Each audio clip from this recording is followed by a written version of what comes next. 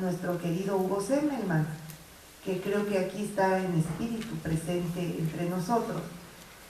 Y él le gustaba citar este poema de Eliot que preguntaba cuánto conocimiento hemos perdido con la información y cuánta sabiduría hemos perdido con el conocimiento, situando pues en un plano jerárquico a la sabiduría como algo que es más y mejor que el conocimiento, y al conocimiento como algo que es más y mejor que la mera información. Pero quisiera invitarlos a reflexionar en esta ecuación en forma de poema y tratar ahora de plantear la ecuación también al revés, para decirnos que toda sabiduría, y entre esa sabiduría ubico yo al pensamiento crítico y a la pedagogía crítica que hoy los convoca y nos convoca, a utilizar el conocimiento, pero un conocimiento riguroso, un conocimiento profundo, un conocimiento con gran capacidad de interpretación y de análisis, que a su vez, para hacerlo así, hace uso de información, y de información precisa, y de información, de buena información, de buena fuente, de información de calidad. Y esto me recuerda mucho el empeño que ha puesto don Pablo González Casanova en recordarnos cada que puede la necesidad que tenemos, pues no solo de conocer al mundo de manera crítica, sino de hacerlo utilizando información y conocimiento que nos permitan transformar el mundo a partir de su interpretación muy seria y muy rigurosa. Los invito pues a considerar esta ecuación que se puede decir también poéticamente. Les deseo unas jornadas intensas, cansadoras, que terminen todos muy contentos y agotados de tanto discutir, y que se lleve cada quien a su casa o a su país muchas reflexiones nuevas para alimentar nuevos debates que nos permitan un conocimiento para transformar el mundo, que creo que es el empeño en el que todos podemos coincidir. Muchas gracias y pues declaro inaugurado, así me lo han pedido, este encuentro de pedagogía crítica, este encuentro internacional. Muchas gracias.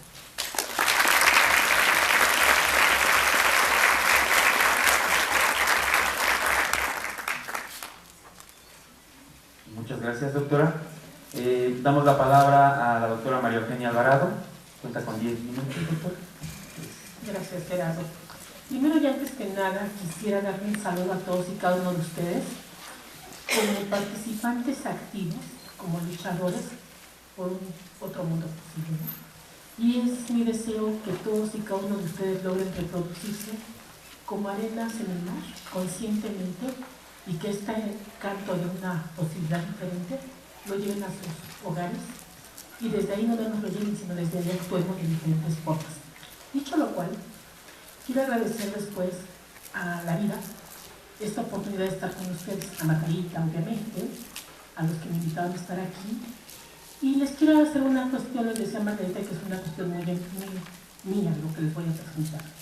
En ese aspecto, me da mucho gusto estar entre, originalmente el trabajo decía 2 académicas, ahora tengo que decir 3, y decía 2 porque estaba yo esperando a Marcela Gómez, y Marcela Gómez fue la primera maestra que me recibió por allá del 78, por allá del 78 en la Facultad de Filosofía y Letras, en el Colegio de Pedagogía. Fue la que ella me fue introduciendo en este ámbito tan maravilloso de la pedagogía, de la educación. Pero tengo que anexar ahora, y les digo, ella me recibió hace muchos soles y lunas. En este camino después conocí a la doctora Marta Korenstein. Ella fue mi maestra de licenciatura y de maestría. Y también me llevó por otro camino, el de la etnografía. Y fui conociendo diferentes perspectivas, y los caminos académicos se van cruzando, ¿no? Y hace como 15 años conocí a Guadalupe Valencia, colega con la cual he podido compartir académica y respetuosamente el trabajo. Y sin embargo, a pesar de tantos años, es la primera vez que nos encontramos en un encuentro académico las tres. Marcela presente y ausente, ¿no? Presente en nuestro trabajo. Pero ha sido así como de empezar a recorrer esto, ¿no? Ustedes dirán, bueno, pero ¿por qué este principio? ¿Por qué? Porque entienden en primer lugar que la educación y la pedagogía es un acompañamiento. Es un proceso. Y lo empezamos algún día. Y quién sabe cuándo lo terminamos. Esa es la pedagogía para mí. Entonces, también porque reconozco que antes de nosotros hay muchos y después vendrán más. Y nos han ido acompañando otros. Yo le agradezco desde este foro también a Vanessa, que está aquí, a Omar Nava, que anda por ahí, a Edgar, que a mí me dijo que iba a venir a otra partida, porque han sido alumnos que me han permitido acompañarlos en su proceso de crecimiento. Y obviamente, en esta noción de sujeto pedagógico he ido aprendiendo y creciendo con ellos. Pero tendríamos que ver también todos aquellos que nos anteceden desde estas trincheras. Me gustaría mencionar entre otros a Simón Rodríguez, a Iván, aunque no sean latinoamericanos algunos, a Franz Fanon, algunos que han sido desde la cuestión educativa, como la cuestión didáctica, como es Stefan Kemis, y bueno, también no podría dejar de mencionar a Freire, a Apple, a Joa McLaren, a don Pablo González Casanova, a Adriana Pulos, entre paréntesis, y le debo decir que tuve el honor de que yo fui también de sus primeras alumnas en México. Cuando ella recién llegó a México, pues fuimos su grupo, y las sorpresas que se llevó en México. Ya les decía, a Marcela Gómez, a Edgar Morán, y bueno, tendría que citar muchos otros, pero me quiero quedar ahí.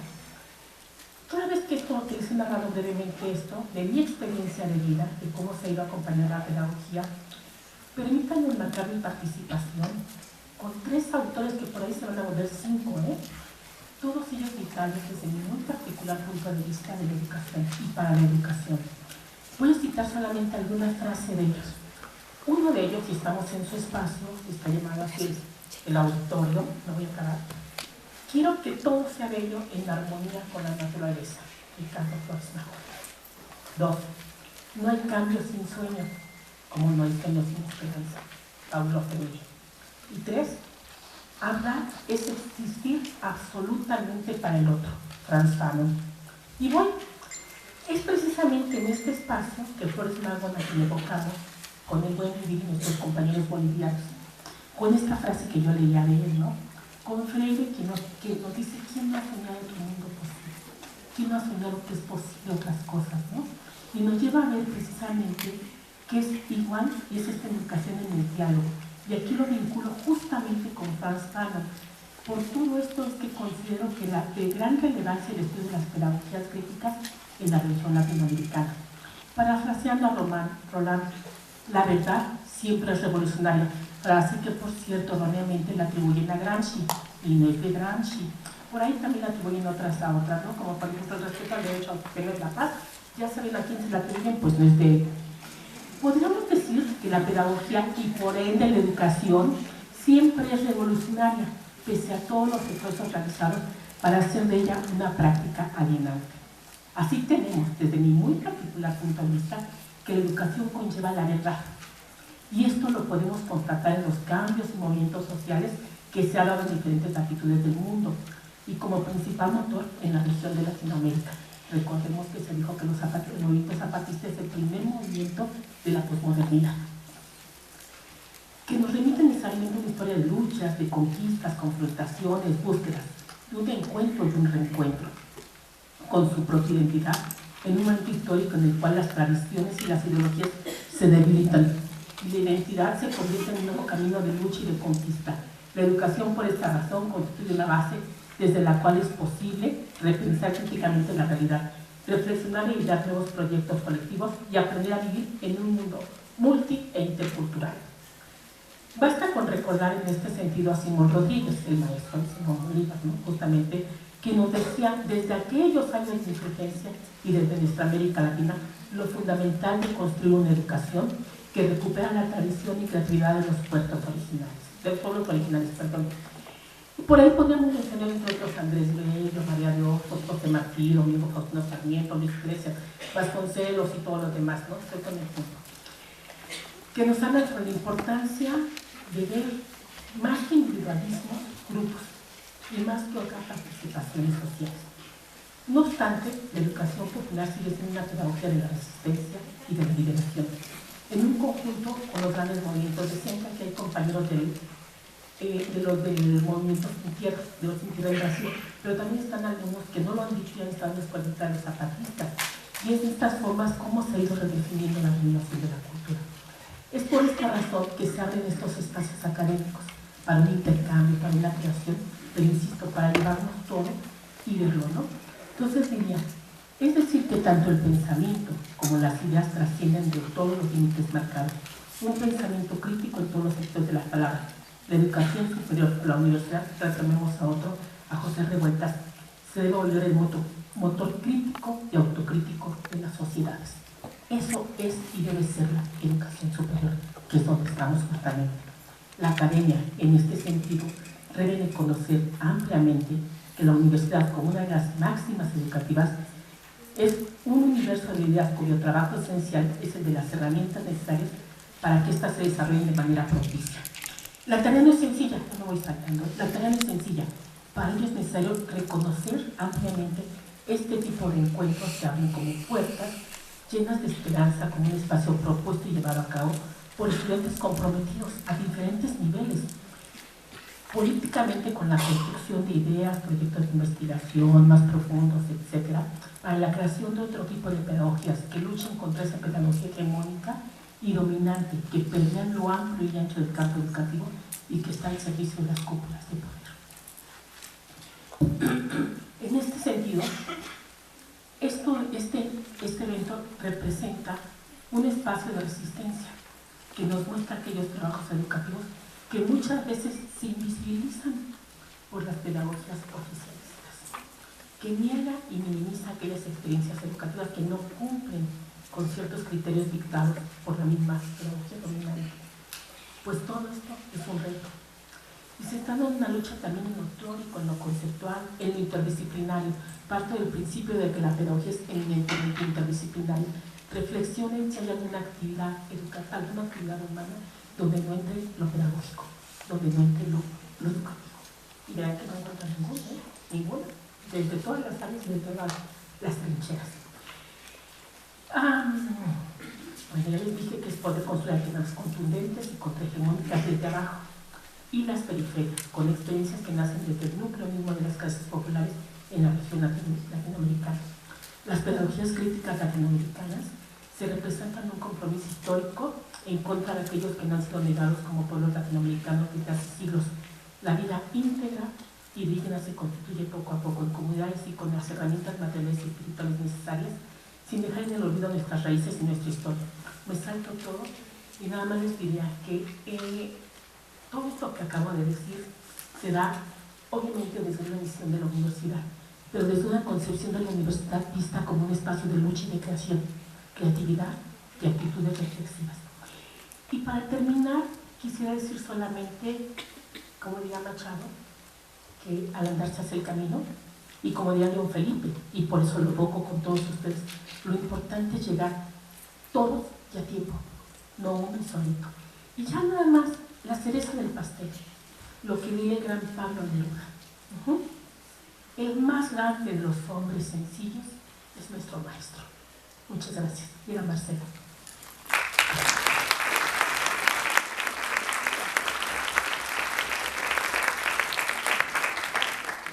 Muchas gracias a la doctora María Eugenia por sus palabras del CEICH. Damos la palabra a la doctora Marta Corenstein, de PEAL. Buenos días de nuevo. Pues qué gusto para PIAL, para Marcela Gómez, coordinadora de este programa en México y quien no pudo asistir hoy por cuestiones de trabajo, y para mí compartir esta mesa donde se inaugura el primer encuentro de experiencias de pedagogía crítica que se llevan a cabo en América Latina. Hoy, más que nunca, en contextos de crisis, de violencia, de injusticias y de desigualdades en nuestras sociedades, cobran estas experiencias gran relevancia como estrategias para recuperar, resistir, transformar y generar otras formas alternativas a los modelos hegemónicos vinculados con el quehacer educativo, social y político. Saludo y aplaudo a los organizadores, a los participantes y a los asistentes. El programa APIAL, que significa Alternativas Pedagógicas y Prospectiva Educativa en América Latina, con ya casi 35 años de existencia, es un programa académico y político comprometido con la pedagogía y la educación latinoamericanas. Se fundó en 1981 en la Facultad de Filosofía y Letras de la UNAM y ha sido coordinado hasta la fecha por las muy reconocidas académicas Adriana Puig-Ross, de regreso desde hace ya muchos años en Argentina, y por Marcela Gómez, de la Facultad de Filosofía y Letras.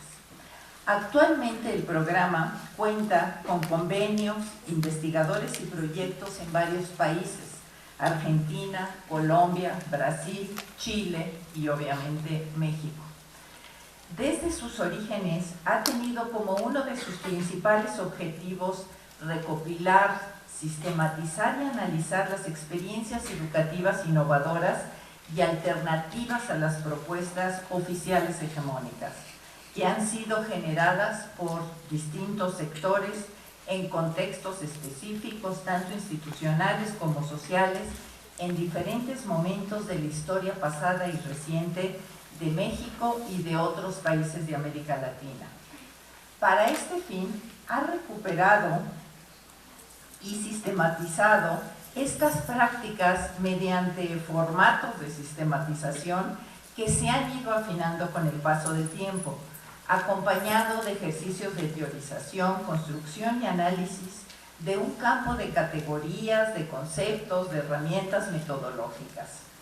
Esta sistematización intenta caracterizar a todas estas alternativas en cuanto a qué problemática responden, a qué finalidades persiguen, a qué fundamentos teóricos y metodológicos están operando, a qué sujetos las producen y a qué sujetos forman, en qué contextos se llevan a cabo, en qué condiciones y qué tramas sociales en que se inscriben, a qué componentes pedagógicos y curriculares se establecen, a qué saberes, prácticas y discursos producen, circulan o se apropian, y a qué proyectos o imágenes de futuro están construyendo. Se cuenta ya con un archivo muy amplio y con diversos textos que incorporan este trabajo y que ponemos a su consideración.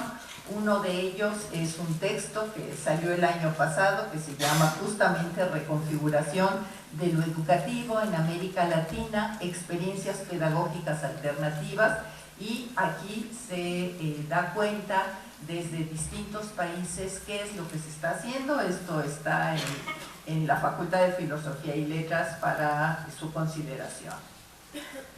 Este primer encuentro, que se inaugura el día de hoy, que seguramente será muy rico en el intercambio de experiencias pedagógicas, críticas y populares de más de una decena de países latinoamericanos aquí representados, permitirá sin duda, además de conocerlas, de conformar una red para poderlas rescatar, sistematizar, socializar y comprender la problemática sociohistórica particular de cada realidad social y los posibles desafíos, límites de acción y sus potencialidades. Su reconocimiento, sin duda, seguirá abriendo la posibilidad de transformación pedagógica y social ante nuevas demandas, sujetos distintos y realidades en nuestros contextos. En este sentido, quisiera finalizar con unas palabras de la maestra Marcela Gómez, que repito, no pudo estar aquí. Y cito: las experiencias pedagógicas que diversos sectores de la población han generado en la historia reciente de nuestros países constituye una muestra de este potencial, así como de las posibilidades que abren para vincular el presente con opciones de futuro viables, a partir del legado que lo mejor de la pedagogía popular latinoamericana construyó. De ahí la importancia de trabajar en la generación de elementos de carácter teórico, epistemológico y metodológico que aporten al reconocimiento de las potencialidades que se contienen en esas prácticas, utopías y proyectos que impulsan los diferentes sujetos sociales que coexisten en la sociedad, así como a la posibilidad de visibilizar opciones para dar una nueva direccionalidad a la historia. Seguramente de eso dará cuenta ya este importante encuentro que empieza en el día de hoy, y no me queda más que desearles mucho éxito en este tipo de intercambios que se desarrollará en los siguientes días en esta universidad. Pues muchas gracias y mucho éxito en este intercambio y la nueva red que se consolidará.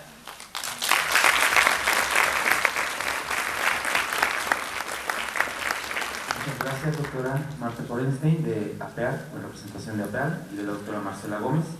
Ahora paso el micrófono a mi compañera Ivonne Espinosa, de la Célula de Estudios sobre Pedagogía Crítica y de la Liberación. Buenos días de nuevo. Es de veras un gusto y un placer personal y colectivo para quienes hemos impulsado con tremendo esfuerzo este encuentro, poder estar aquí por fin después de todos estos meses, mirándonos, conociéndonos y escuchándonos. Y saber que esto es posible gracias a todas y todos ustedes que están acá. También es bien paradójico que lo que nos convoca a esta celebración con motivo de nuestro encuentro sea también aquello que nos indigna y que nos lanza hacia el mundo a luchar y a desvelar la noche por un futuro distinto. La enorme e inimaginable respuesta que tuvo la convocatoria para encontrarnos hoy hace evidente algo de lo que de por sí estábamos ya convencidos y convencidas, que este tipo de espacios y este tipo de encuentros son necesarios e inaplazables en un mundo como en el que vivimos. Un mundo en el que nos despertamos con desaparecidos y desaparecidas, con asesinados y asesinadas. Un mundo que convierte a todas y todos los de abajo en seres vulnerables, invisibles, sin voz, en nadies. Que pueden ser mujeres, estudiantes, obreros, indígenas, homosexuales y todos aquellos grupos que son diferentes o que deciden no ser. Porque como dice un buen amigo, el problema no está en ser o no ser, sino en elegir no ser en un mundo que está pensado para quienes son.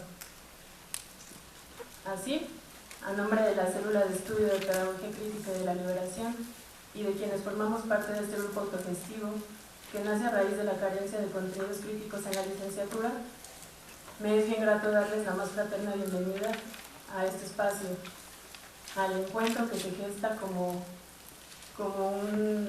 una oportunidad esperanzadora y valiosa en el marco de un sistema hegemónico que atenta contra la vida.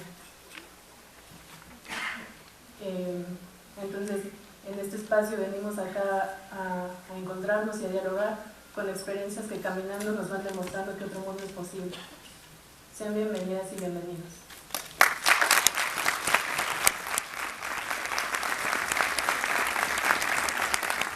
Muchas gracias a mi compañera.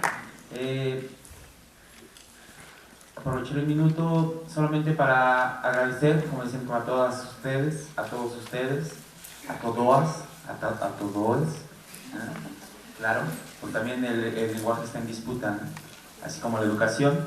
Y estamos muy contentos porque queremos que este sea un espacio de diálogo, así que los animamos a que se conozcan, no solo aquí, en sus participaciones, sino también allá afuera, ¿no? A que conozcan las otras experiencias, cuál ha sido su trayectoria, por qué surgen, y encontraremos muchos puntos de encuentro, nos parece, ¿no? Hay otras formas de pensar, de resolver las problemáticas, que a mí me parece que ahí está la potencialidad de los movimientos sociales, en las problemáticas que ellos tienen y su forma de resolverlos, ¿no?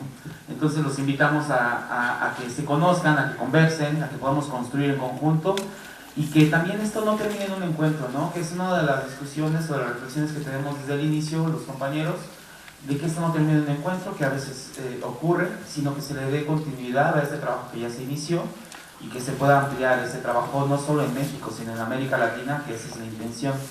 Muy bien. Ahora, como ya han dado las palabras nuestros participantes de aquí de la mesa, damos inaugurado el encuentro, y solo pediría que se fueran preparando los compañeros de la primera mesa Para iniciar formalmente, muchas gracias, bienvenidos, esperemos que sea un espacio también alegre para construir y para construir esperanza y en acción. Muchas gracias a todos y bienvenidos.